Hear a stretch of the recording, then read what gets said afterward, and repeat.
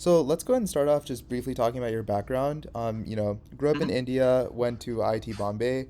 Maybe tell us a little bit about how you first got interested in computer science. I guess honestly, it was like, I guess if you know about IITs, if you get Yeah. so you have a choice based on the what kind of score or rank you get in those. Mm-hmm. And I had all these choices because I was basically end up in the top 50. And Yeah. like how everyone do this, I was like, okay, I was always interested in math, I Yeah. think, and problem solving. Mm-hmm. And then I didn't think too much of it. I only got my computer, I guess, maybe 1 year before I Mm-hmm. joined IIT. Yeah. So I actually didn't know that much how to use a computer or whatnot. Mm-hmm. But it was basically going like the behavior of, well, everyone's doing this. There must be something right about this. Mm-hmm. So we just did that. And yeah, nothing there much. Yeah. So it was more like, let's just do this. Why not? Yeah. Yeah. That definitely makes sense. Maybe tell us a little bit about so I guess your first experience programming was, at IITB. I'm assuming you were there for 4 years. How is that arc? Yeah. Were you involved with research? Yeah, I guess yeah, that's a very good. So I remember my I used to have the CS 101 course, and I'm Yeah. not like of course like dealt with computers that much and whatnot. And we used to have these programming assignments where you're asked to code up like sorting algorithms Yeah. initially, Yeah. Yeah. and basically the first three of them were like implement merge sort or something. And I Yeah. stared at the computer for like a hour Yeah. straight, and we just could not get move fast Yeah. anywhere. And that was like a very interesting experience. That Okay. basically I was looking at it. I was like, they asked us to do merge sort, Yeah. and I sat at the screen, tried to do a bunch of things, but like of course we couldn't do this because I didn't have much understanding of it Yeah. back then. So that was the first interesting experience. I would say I got more interested in rather than CS. Like I tried a lot of grad courses back then, and I got interested in ML Yeah. quite early on. Yeah. Just because I think back in the day, and the reason was back in the day, I think I don't remember if you remember the DQN result of playing Yeah. these Atari games. Mm-hmm. I think that just came out around that time when I joined, and it seemed very cool. Mm-hmm. So that made me like look into what is this ML thing, because Mm-hmm. I'm like, oh geez, these guys are playing video games, and they're Mm-hmm. like teaching these things to play video games. Mm-hmm. And from there, I actually ended up in RL, and Mm-hmm. there was one guy who was doing RL. He was like an ex-student of Peter Stone. Mm-hmm. He's just joined, so very young prof. Yeah. And he started teaching these RL courses and whatnot. I was like, okay, actually, I'll just work on RL. So I tried actually there a bunch of different things. I tried MLP, I tried meta learning, but I think RL was the thing which seemed even more exciting back then. Mm-hmm. And my thesis, or at least I tried to play Scrabble in my bachelor thesis. And Scrabble has this thing that they have a lot of these hard-coded value function sort of situation that basically there's a lot of heuristics about what is a good move or not. Mm-hmm. And what I was trying to do was, well, something like figure out if we can do self-play and then use that to come up with a much better value function rather than using these heuristics. Mm-hmm. So that I think was my first foray into RL ML. And then from there, what happened was there used to be these residency programs, which were Yeah. pretty popular. So I haven't done much research by the time I was graduating, but I realized that I actually enjoyed doing research, but I have nothing to show for it. So I tried applying to these programs, and I actually got into like both Google's and Facebook's program. But one interesting thing about Google's program was that like the option was to join Jeff Hinton's lab. And I got a call from Jeff Hinton one day out Yeah. of sudden. And he's like, hey, are you coming to my lab? And I'm like, who's this? And he's like, Jeff Hinton. I'm like, come on, you're kidding. And like, no, this is Jeff Hinton speaking, and you Yeah. want to join my lab. And as I guess someone who's just graduated from undergrad, Yeah. I've not even finished the undergrad. It was like, wow, like this guy. And Jeff Hinton back then told me that he will do RL if I want to just do that, because he Okay. just really wanted people to be there. He was setting up his new lab. Yeah. So I think that's how I ended up joining Brain. And that's how I started my, at least the AI career, because and I think I would say one thing which stuck with me, and I think that maybe is very useful for everyone else. He said something which no one has told me before. He said like, oh, you tried a bunch of very useful, interesting things, but none of them panned out. And this is what AI research actually feels like. It's not like you just did something and it worked out and you have papers, but it seemed like you tried very reasonable things. And none of them worked out, but this is what AI research looks like most of the time. And actually, I thought your profile was the most interesting among all of the other ones. Combined with the fact that he has actually supervised some students from IIT Bombay before, so he's like, okay, you guys are good, but it seems like you have tasted how doing research looks like. So that was the first person to say that, oh, these failures are actually interesting. And I think that stuck with me, that was an interesting thing. Someone said, oh yeah, maybe you know how to do this and you can figure it out. So that was, I think, my part. And it was fun because I guess he was my first manager at Google. So it's very fun as like just 20-year-old reporting directly to like someone. And we used to like, I guess he was, I think I've tweeted about this before, but he told me a couple of things. He said, don't work on reinforcement learning. And he also said, don't listen to old people like me, because he did not either. That was the advice he gave me. And I think I've been just following that sort of advice so far. Turned out to be fine. Yeah, no, that's amazing. Yeah, I'm sure he saw high slope, just like he probably extrapolated a few years, saw the rate at which you were growing at IITB, combined with just really strong fundamentals, and sort of predicted that you would grow. And I mean, he's definitely correct. So, I mean, I think that makes a lot of sense. So I mean, it sounds like, you had this interest in RL, even before you had started your residency, right? Like you talked about this class that you took in RL during undergrad. Why RL specifically? Just the math background? Like, what is it about RL? Not really. I think honestly, it was a dumb reason. It was just like I enjoyed playing video games back then. Or I thought like, and then I thought, well, I guess if we can have these agents playing video games from learning from scratch, almost like that's the regime of, well, we just put something in an environment and it figures out how to do this. And then if you think about it, everything can be customized as a video game. Now, whether it's a good thing to do or not. Sure. That's, I think that was the reason. And then so I guess I skipped one thing. So I also did like an internship at like a startup which is now called Demo Research UK, but back then it was a small startup. And I used to attend these reading groups at University of Oxford. And there's a lot of great people who were like grad students back then, who are like doing pretty well now, but back then they were just grad students. And we used to have this reading group where they're mostly predominantly covering RL papers. So I think that helped solidify it. The one funny thing which happened was they covered like a few papers from these group of people called Dale Shurmans and Mohammed Nourusi. And it's just dumb luck that when I ended in Toronto, one of these people have moved to Toronto, and I just ended up working with the same people that I have read. Like I've maybe read like 10 papers in my life by then. And I just ended up working with like authors of a couple of those papers. And I was like, okay, these guys, I actually know the work of these people. Let me work with these guys. And that's how I started working with some of them. So I think it all panned out in some weird way, I would say. So it's a lot of luck, I think, in that sense. Yeah, I mean, I'm sure you also work pretty hard. I mean, you definitely have like tried out a lot of different topics over your career. I mean, I would say like, I mean, we'll get into your papers soon and we'll dig a little bit deeper. But let's fast forward to you're at Google Brain. You spent your 1 year with the legend himself, Geoffrey Hinton, and now you're sort of spending a little bit more time at Google Brain. So you were there for, I want to say, let's call it like basically 5 years. Starting in 2018. You had graduated from ITB in 2018. You were doing your PhD at Mila, Quebec, while also working at Google. What were some sort of like the learnings that you had both at work and then also during your PhD?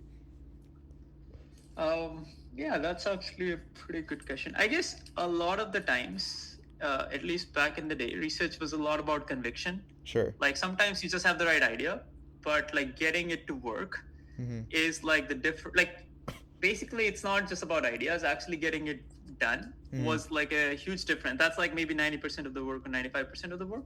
And the other is like, how much belief do you have in something? I think the one maybe thing I would say is whenever I used to talk to Jeff, he used to say, well, there's a 50% chance it'll work. Like he'll never say like this idea is crap or this is bad. He'll always say this cheeky statement of, oh, well, half the chance that it might work out, so why not? I think that was one. The other was, there's often like usually, let's say you're focusing on certain things, there are often like these sort of forks you have to take. And those might feel like distractions, but I think that some of the best work I've done are actually because of those distractions, because they just looked like much more, it was like honestly, you started out something, you spent like a few months into this, and now there's a sunk cost fallacy of whether you want to continue that or do something else. I think I, at least if I look back at all the stuff I've done, the times where I just said, okay, let's just ignore this thing I've been doing, let's just try something else altogether. It doesn't matter. Those ended up being much more interesting at the end of the day than the original things we are doing. Like one example being, let's say, the best paper award we had. I think that was one of that. Like basically, we were focusing on something else. We saw this problem. And I was like, hey, this looks like a problem. I talked to a few people. Some of them were like, why are you bothering with this? It's just like a problem. Just ignore it, move on. And eventually I was like, yeah, but like that's the attitude everyone before me had. And it seems like this will continue. Maybe we should do something about it. Similarly, like a lot of those, I think, were like that. The other is, we are very bad at predicting impact of things. Like we can go and be like, this is going to be hugely impactful and blah, blah, blah and whatnot. And then it turns out that, well, actually that was not true at all. And sometimes like your cute little thing, you think, yeah, it looks cute, let's just try this out. And ends up being like, one of the most impactful things. That I think another thing. So I realized like optimize for sort of fun, or the kind of like do things where you feel this will be quite interesting and just seems like nice, and then impact or not, that will come eventually. That I think happened. I guess I feel like over time I've gotten a little bit better at predicting what will end up sticking or not. But it's still like we are terribly bad at it. Like people have, like, for example, even for the best paper, I'm not tell you who told me this, but someone said, yeah, why are you submitting to NeurIPS? It doesn't seem like NeurIPS for the paper. And I was like, what do you mean? Like, it seems like reasonable enough. They're like, yeah, but this is not the kind of paper NeurIPS would accept. And so that's the thing, right? Like you can imagine, like, and this is a very respected researcher now and whatnot. And I was like, yeah, I don't know, man, it's fine, let's just do this. So I think that's the thing. Like I realized even other people are also pretty bad at this. Those are, I think, some of the learnings I would say I've had, at least during the time at Google Brain. The other was Brain was a very interesting environment where people would do like thing they really just want to do in some sense. Like all of us were free agents, so it was like one thing I remember is like in Jeff Hinton's lab, there are like maybe 10 of us, and all 10 of us were doing different things. And I think this is like the kind of environment which is not easy to come by. So like back, at least I remember in that lab, there was Nick Frost, who was like Cohere's founder, or Aiden was interning back then, who was part of the Transform paper. So I guess the other thing is you overlap with a lot of these great people back then, who basically were in the grind back then and doing their own cute little things, and some of those things turn out to be like basically pretty big.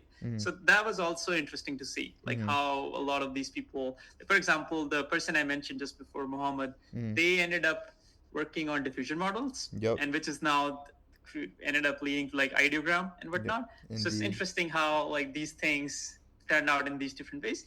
Because all of those people who I was with when I joined Google, they are like doing really well in their career. So it seems like it was just like there was some maybe Jeff's magic of how he picked people, but it just seems like all the people end up in really good places.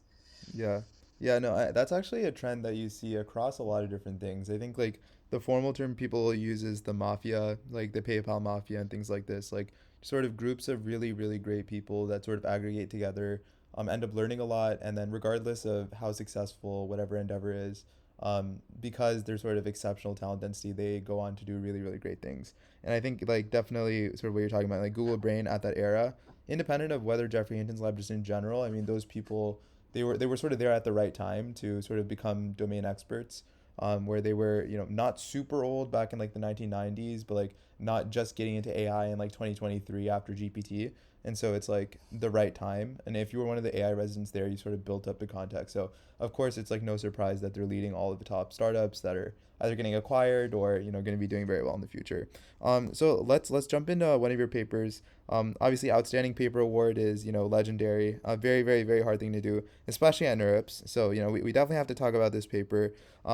Deep reinforcement learning at the edge of the statistical precipice. So maybe you just want to give us a brief overview of the paper just for the audience in case they haven't come across it.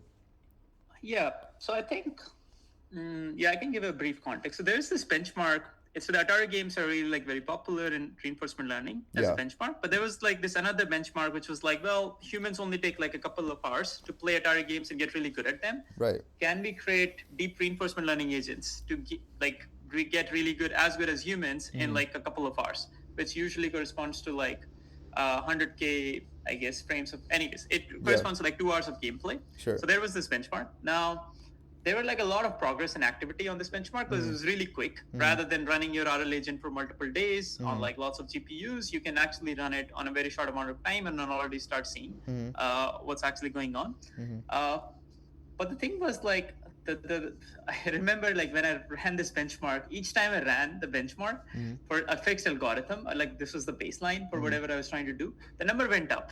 And it went up by a margin, like a value which I thought was bigger than the gain the method reported. And I was confused. I was like, each time I run this experiment, it seems like I'm getting a better result. And that was very bothersome, but it was also very interesting that how things just look better and better and better. And this was the baseline.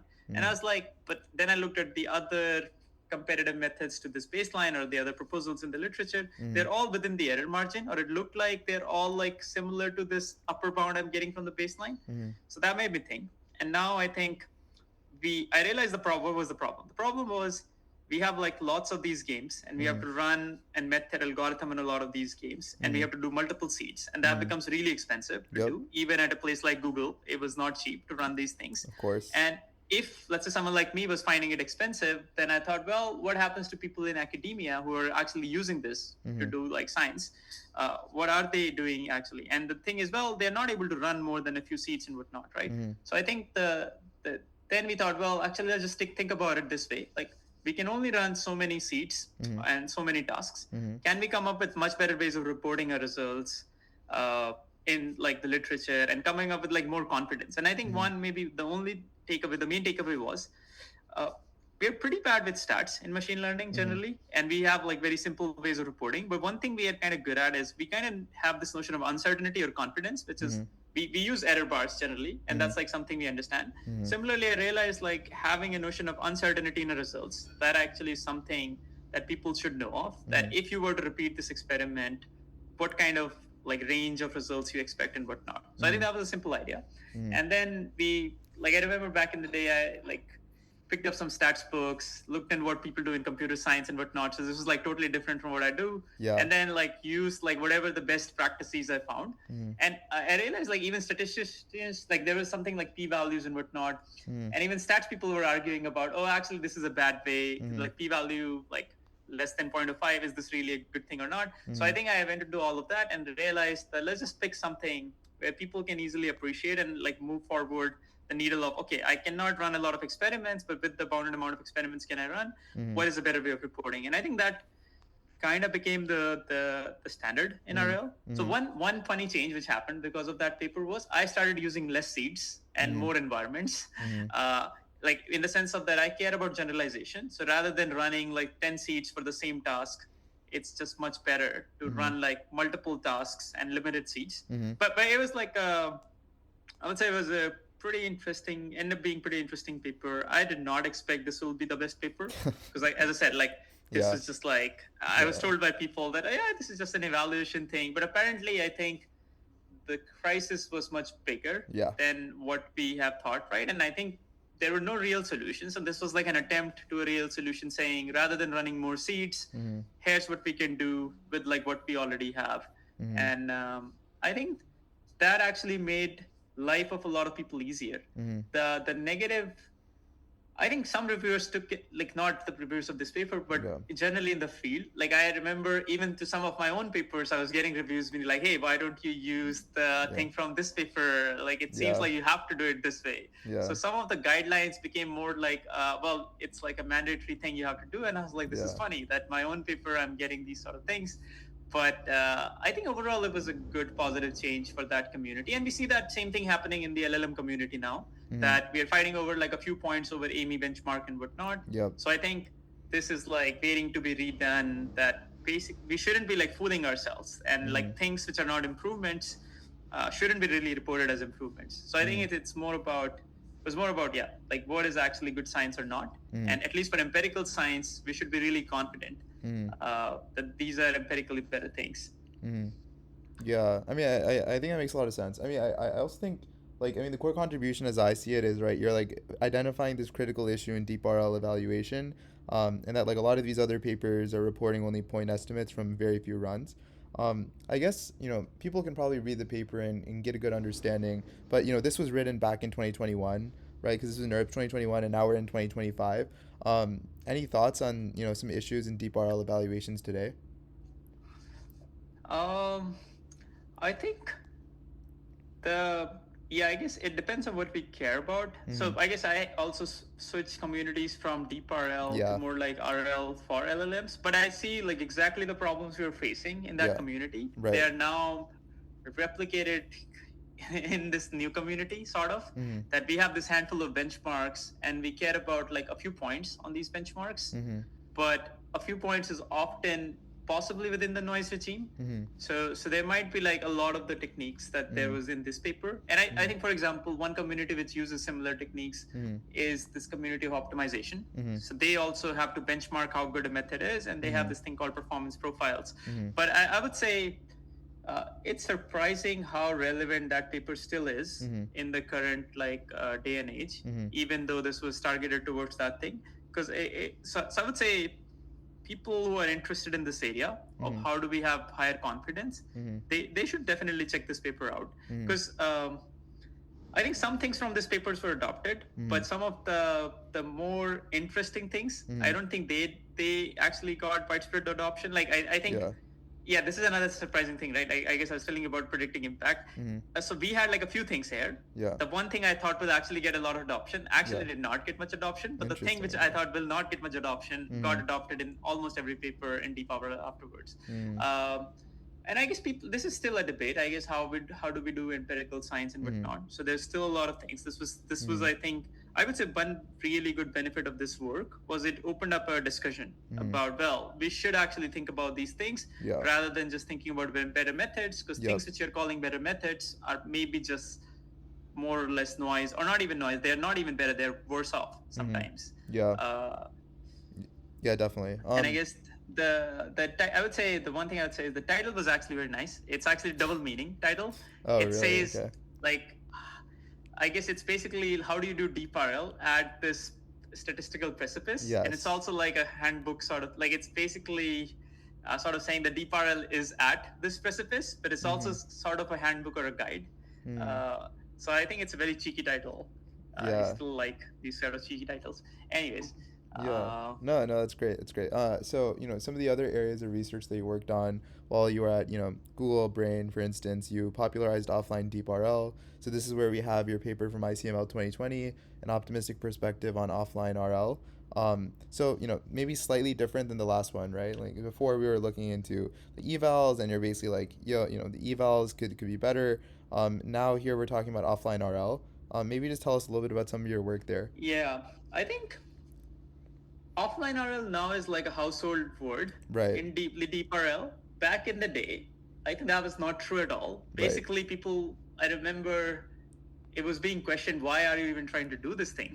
And the funny thing is, I think the history goes something like, before DQN popularized RL or deep RL, things used to be pretty much offline, actually. Because this is like a very important application or problem, and it still is a problem that we have a lot of existing data. We want to leverage that. So it was funny, I think, that the pushback that this paper received. But I think that was the sign. So this was like I think back then I was also figuring out how to write a paper. So this was the most rejected paper I have ever submitted, but I stuck with it. It basically took like 1.5 years from going from actually a paper to getting accepted. And there's a lot of versions. I think there's 4 versions on arXiv you can see. So you can see my writing evolve over time on this one. But I think this was something that I stuck with.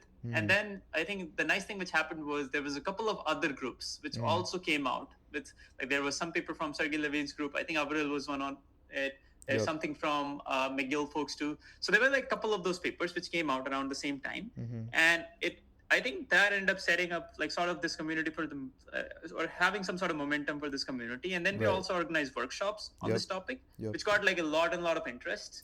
So I think that was very interesting because initially the community was not willing to accept it because the community usually thinks of online RL is RL, and this is not even RL, this is something else. But I think over time, people realize that there are a lot of applications, like YouTube, for example, might operate in something like this way, that they actually collect a lot of data and then they use that data to improve things and a lot of other sort of things. So it was a pretty interesting experience, honestly, I would say. And like just seeing how when you're doing something really different from what is community typically doing, you shouldn't expect that the community will just happily accept it. Like they basically will be like, why are you doing this? Doesn't make any sense and whatnot. But over time, if you are on the right track, I think more people will join this, and eventually the community, like at some point it became too popular of an area. And I think that's when I was like, okay, let's just switch to something else, because this is going to be on an autopilot. And I don't know. I think this is like, at some point, I think 1/3 of the papers in Deep RL started to be on this topic of offline RL. So I think I was very happy that this is like, at least that paper did enable some of that. So that was very cool. And this is like a very scaling build paper. I think even this like everyone was pointing out negative results in offline RL. And we're like, well, if we just have a big enough data set and we train big enough models, it actually works fine. So that was very different from the rest of the papers. The research actually happened more in like the other sort of method side of things. But still, I think it was a very interesting, because people believed, and I guess me included, I did not think that this will work out at all. Like we just straight up believed this is not going to work out, and the fact that it did work was already a very good sign that, okay, we have found something that actually makes sense. And I don't think we're trying to find it. It was just like, we're just curious, like, oh, well, what happens if we do this? So I would say that was I would say that's maybe the paper I'm really, at least I was really proud of for like the good part of my career, because I was like, like we pushed through this thing. No one really believed in us, but it seems like now, like actually people like this thing and they believe in it, or at least they acknowledge that this is a important area. Yeah, awesome. Yeah, I'm glad that you stuck with it. I'm glad that you stuck with it. Yeah, it's definitely a household brand now. Shifting once again, you also worked on interpretability, which was also interesting. You know, you had this paper, neural additive models. So you really did everything. You know. Rather than describing the paper, I'll just tell you the backstory of it. Sure. So this is the most random paper I've worked on. The reason it happened was I used to like have these weekly meetings with Jeff, or bi-weekly meetings with Jeff sometimes. And basically, I was like, I want to do RL. He's like, I want to do vision. And there was no overlap whatsoever. And one day, I think Rich Caruana came to give a talk in Toronto. Yeah. And he said, oh, I tried this with neural networks. It didn't work. And Jeff was like, well, hold my beer. Actually, let me see if we can get it to work. Yeah. And we just started working on it as a side project. It was a very fun side project, because I think Rich is the person who actually invented distillation back in the day. And then Jeff transported over to neural networks and made it work. I think it's a similar story. So Rich was leading all this interpretability work. We just actually made it possible to get it working with neural networks. I would say this was a very fun foray, and probably the one with a lot of direct applications. Like we do a lot of work, but this, like, the funny thing is linear regression is still one of the most used things in the world. It is. And I would say like this was like something with saying, well, actually we can use neural networks in linear regression and make it much better, and it's still interpretable in all the things we get. So I think this was like a fun side thing, and it just happened because I guess I was around Jeff, and Jeff was like, yeah, this is like a problem I think you can just work on your side. And I was like, okay, let's just do that, why not? So that's the backstory of that. It's I don't think it can get any random than that. But it was a fun side foray into this sort of thing. Yeah. And once again, we switch now to distillation, which you worked on at iClear 2024. I would say that is probably the most relevant paper, because it's still very relevant to this day and age. I guess this is like, so that's why I can say this is why Google's small models are really good. And I think we didn't think of it that way, but the thing which happened was, so if you think about distillation, how supervised learning folks used to do it is very different from how RL folks do it.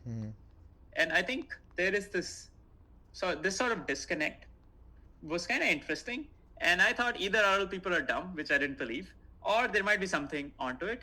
So we just like said, well, let's just close our eyes, think of our language model as an agent, and now you're back in the RL side of things, and let's just apply So this sort of distillation, on-policy distillation thing Right. is like very popular. This is how RL folks do distillation, let's say imitation learning. Sure. This is called Dagger in that literature.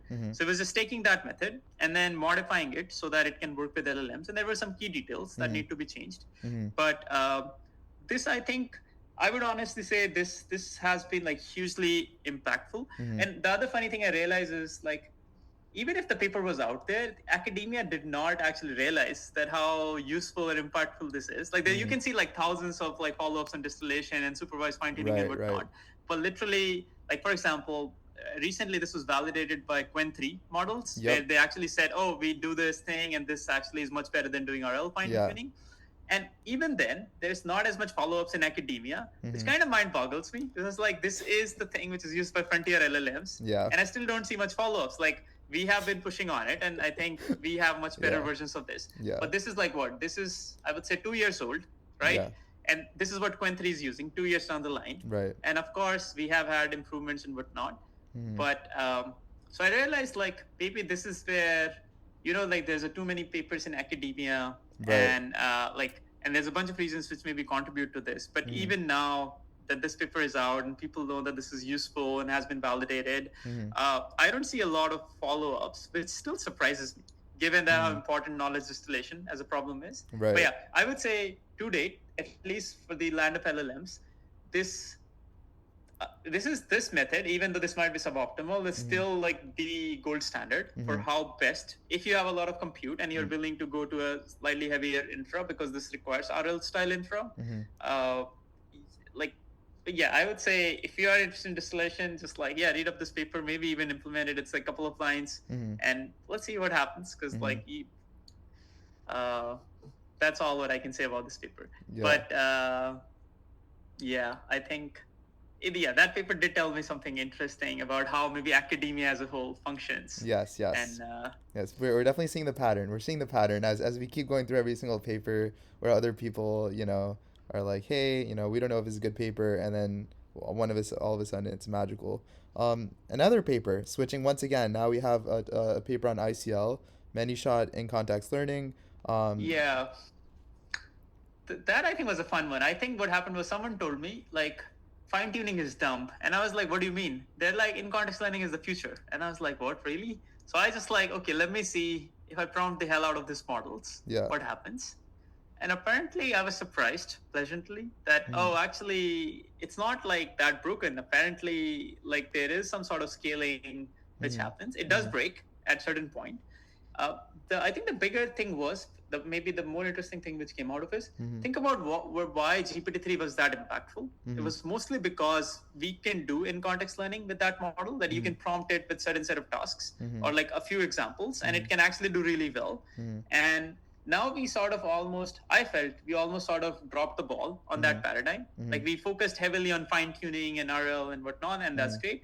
But we don't really care as much about in-context learning as we used to, if you think about it. Like if, funnily enough, the worst in-context learning models were GPT models compared to, let's say, Anthropic's Claude or Gemini and whatnot. Right. And I guess I realized that maybe it's just like a paradigm change of, that's what made GPT-3 GPT-3, that this was the capability that no one imagined. And now I guess we are going towards really fine-tuned, customized models where we just fine-tune the model on the tasks we care about. Right. And other tasks we rely on this thing. But I think one paradigm which maybe can still happen is we can train these models to be good at in-context learning.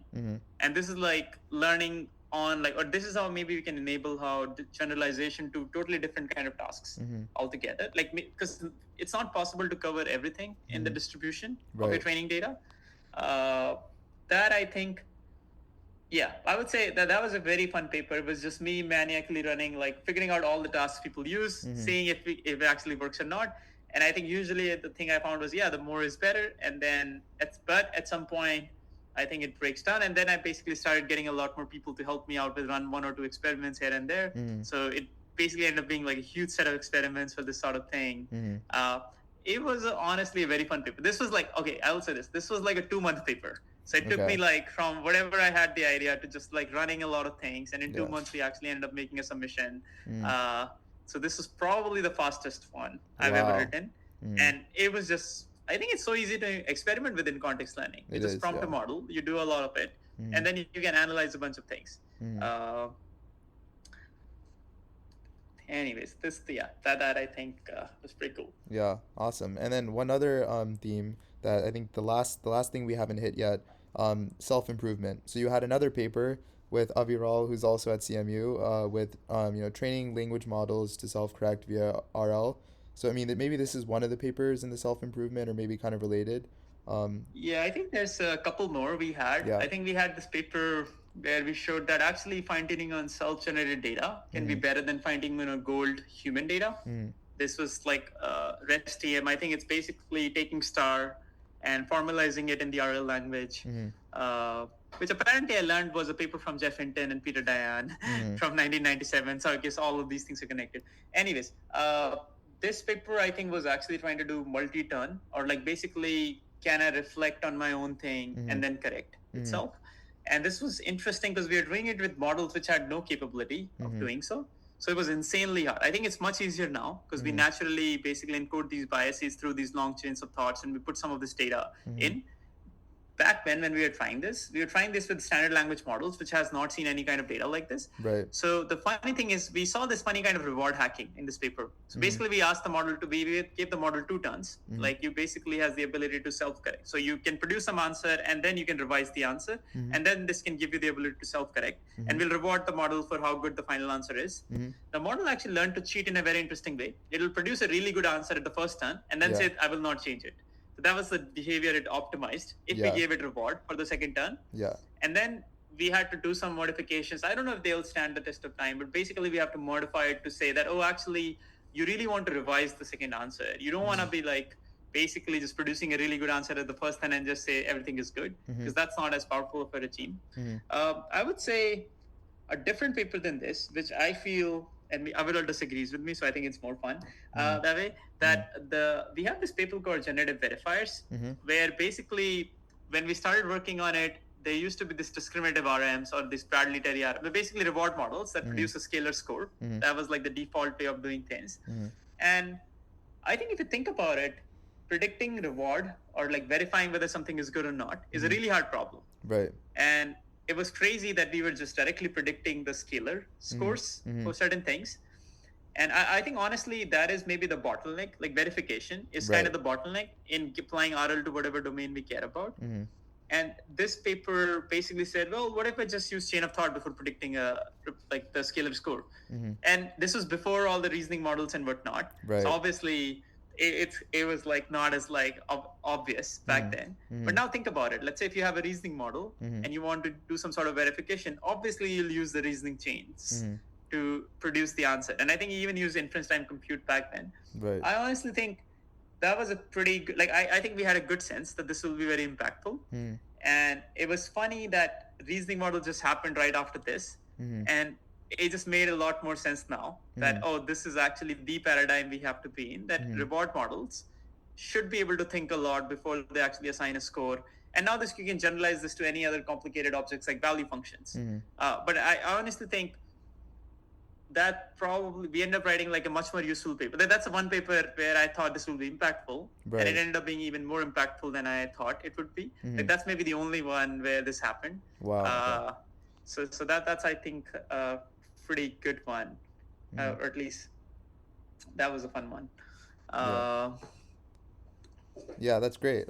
So I think we've hit a solid number of papers, and I think we've seen a few major trends. I mean, obviously you're also in the Gemini 1.5 paper, and the Gemma 2 papers.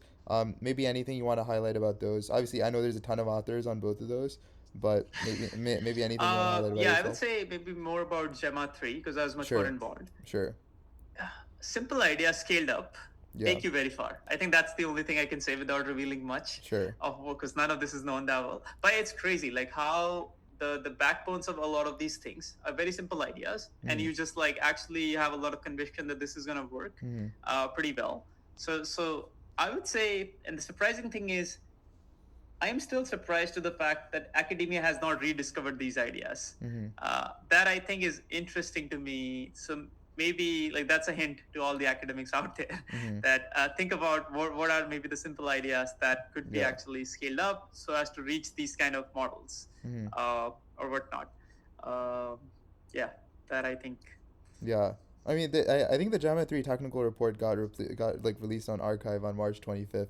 I guess maybe there's more than the technical report says. Yeah, I think the reports, at least from Google, do Yeah. not reveal much information. Ah, They reveal certain kind of interesting. information, but they do not reveal, like, I guess, I see. like post. Okay. For example, look at the post training section. It's actually very Sure. short and summarized. Yes, that's true. But Gemma 3 is actually a more or less a post training success story. Like, it's a pre training success story, and we know it uses distillation. Yeah. That I think is something people are aware of. Yeah. And I guess this is maybe the new sort. Maybe it's changing back again because of the reasoning models and a lot of these open source labs. So I think it's good for the Yeah. ecosystem that's happening again. That Yeah. we are starting to see reports with a lot of these details. Yeah. So maybe other labs might also follow suit, at least with the open source ones. Yeah. Okay. Awesome. Very last question here. Maybe we'll end with like two questions. Number one, RL today. People are talking about RL environments, fine-tuning RL environments. I mean, there's a whole world of interesting things going on Twitter. A bunch of startups have basically made bets. Not to name certain startups, but there are startups that are making bets on RL environments and the importance of spinning those up. Thoughts on sort of the intersection of what basically maybe what society needs more industrialization or productionizing of RL for?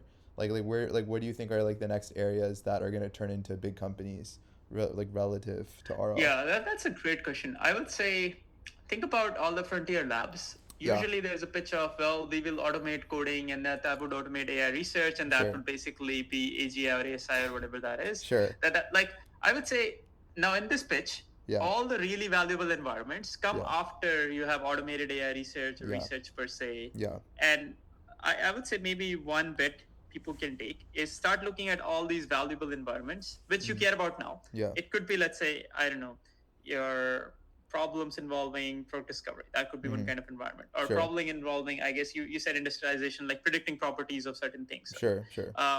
But it seems like this needs a lot of domain expertise. Yeah. So I think usually a good combination would be that if you can find some of these domain experts, and if, let's say, you are someone interested in these environments, Yeah. work with those people to develop actually something useful. Because it's easy to create an RL environment, but it's not easy to create one that actually is useful. I think there's a lot of difference. The other is, I think I mentioned this maybe briefly before. Right. The verification problem, honestly, is the bottleneck in scaling RL. Yeah. And if you can verify certain side of whatever kind of task you have, if we can create a verifiable task out of it, I think it's done deal. Yeah. The thing is, most interesting tasks can't be treated that way. Right. Like, there's a reason we are tackling math and code and whatnot. Yeah. Because those are the ones where we had these readily available, verifiable labels and whatnot. Yep. But as we go to such more harder non-verifiable tasks, obviously we'll start relying on our LLMs itself. Yeah. But I would say that's the other direction of, like, how do we take some of these vague or not vague, non-verifiable tasks, but create verifiable versions of them that will help us to learn. And I think it makes sense. I think it's like that we used to, like, I think I saw just tweet from someone today, but it seems like RL environments are like the new data source of these models, right? Yes. And I would honestly say it's never been this easy. Like, usually it was very hard to convert, like, I guess find like some sort of expert demonstration for something. Right. But building an environment, especially with the models of today, is like not that hard. I guess it's a question of building a useful enough environment. And honestly, the thing is, if there's a domain that you really care about, frontier labs may not even care about it or think about it. Indeed. So there's a lot of value out there in these domains. And there I think businesses like, I guess, Mechanize or other things which are focusing on just solely creating RL environments. Yes. There's a lot of value. The other is, I think there's also a lot of value in having really good RL infra. Because maybe I'll extrapolate the pitch for you. The pitch is this. Maybe RL compute is around maybe 10% or 15% of pre-training compute. So let's say if you take example of DeepSeek, if you believe Grok, they said it's equivalent to pre-training compute. And if anything, we want to scale more of RL compute. Now, if that is the case, you're running your RL for like 6 months. And doing this requires a lot of infra and a lot of things. Where is that infra in the open source world, if you think about it? It doesn't really exist. Like, I think people are building it, but that this itself is a business. But if there was an open source infra that you can just take your RL environment and just like apply this, this itself is like a pretty good way. Yeah. And I would say yeah, I would say it's a pretty good time to contribute in this landscape. Yeah. And also think about what are the limitations of this paradigm. Like, is thinking for, I don't know, gazillion tokens, is really that's the thing that's going to take us all the way to AGI, or is there something missing? And I would say the other thing I would say is, so because I worked in deep RL for the first half of whatever so far, like a good chunk of my career, it seems like policy gradients were one part of it. Yeah. But the majority of the focus or emphasis was on these value-based methods. Yeah. Like DQN and all these variants, and you'll see gazillion papers on top of it. They're nowhere to be seen in the current like discussion of RL and LLMs. This is true. And I would say that is where maybe a lot of the juice is. Really? Interesting. Like policy gradients are great. Okay, let me just give you an example of why I think that. Basically, think about an environment where you get a feedback after a few hours. Sure. Now, the current dominant paradigm is being on policy or slightly off policy, but basically you're generating rollouts from the model you're training. Now, you will be waiting a few hours before you get a signal. And then your iteration loop, if it was, let's say, a couple of days on your math problems, now it suddenly becomes like a week or a couple of weeks. And this is just really slow to actually make progress. You're not, and now this couple of hours is fine, but there might be cases where this couple of hours becomes maybe a day or 2 days. So what are you going to do? Are you just going to wait 2 days? Not train your model, just wait for the reward to come, and then you train, and then you wait another 2 days. I don't think that paradigm would scale to really complicated tasks. But think about us. We definitely do tasks on a really long time horizon, and we are able to do them well enough. Let's say you ping someone for a podcast, they reply to you in a couple of days, that's fine, and that's positive feedback, and you learn from that. Right. But so I would say we have mostly like only scratched the surface, and there is a paradigm which is successful right now. Right. But it's possible it's just successful in the kind of domains we care about, and there's a lot of these domains which are very difficult for the current paradigm, and maybe that's the part where a lot of research is needed. And this is where the frontier is almost like, which is I want to do RL on tasks where the feedback loop is really slow, because maybe these are the really important problems I care about. So I would say that I think has a lot of juice. It's just much harder. But again, if you look at the RL literature, that is what a lot of the RL literature from the last 10 years would cover in some sense. And there's still a very active community on it.